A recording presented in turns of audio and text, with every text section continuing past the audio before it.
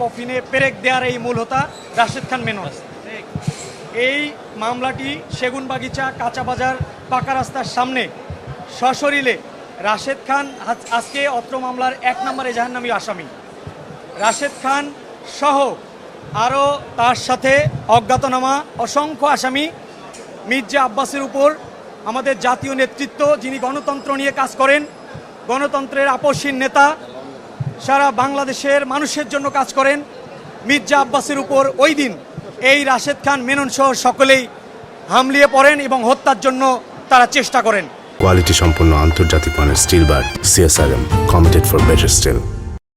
সেই মামলাটি দায়ের হওয়ার পরে আজকে রাশেদ খান মেননকে সেই মামলায় গ্রেপ্তার দেখানো হয়।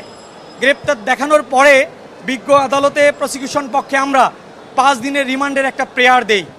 এই ঘটনার পিছনে কারা জড়িত, তার যে স্বৈরাচারের এজেন্ট দোসর কিভাবে ওই দিন সারা বাংলাদেশে ঢাকা শহরের ন্যায় লেলিয়ে দিয়েছিল জাতীয় নেতৃবৃন্দকে হত্যার জন্য, কিভাবে গণতন্ত্রকে হত্যার জন্য তারা এই সারা দেশে ঢাকা সহ একযোগে হত্যাযজ্ঞ চালানোর চেষ্টা করেছিল, পরিকল্পনা করেছিল, এই বিষয়গুলো আমরা বিজ্ঞ আদালতে উত্থাপন করি।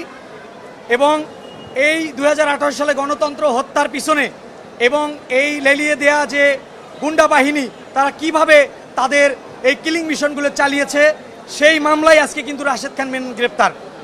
এই রাশেদ খান মেনন সহ কারা জড়িত ছিল, মূল রহস্য তথ্য উদ্ঘাটনের জন্যই বিজ্ঞ আদালতে প্রসিকিউশন পক্ষে আমরা আইনজীবীরা সহায়তা করি।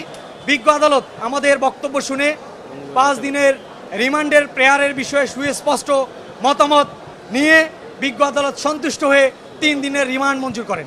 সাবেক 2 জন আইজিপি এখানে শহীদুল ইসলাম এবং আবদুল্লাহ আল মামুন, ওনাদেরকে উত্তরা পশ্চিম থানার কয়েকটি মামলায় এর মধ্যে সোন অ্যারেস্ট দেখানো হয়েছে, গ্রেপ্তার দেখানো হয়েছে প্রায় 6টি মামলা এবং সংশ্লিষ্ট আদালতে টোটাল 7টি মামলা সংশ্লিষ্ট আদালতে এই কোর্টের নিয়ম অনুযায়ী দুপুরের পরে রিমান্ড বিষয়ক বা অন্যান্য বিষয় শুনানির জন্য রাখা হয়েছে। না, আবদুল্লাহ আল মামুনের মামলা বেশি এবং শহীদুল হকের মামলা মাত্র 1টি বা 2টি, আমি স্পষ্ট করছি কিছুক্ষণের মধ্যে।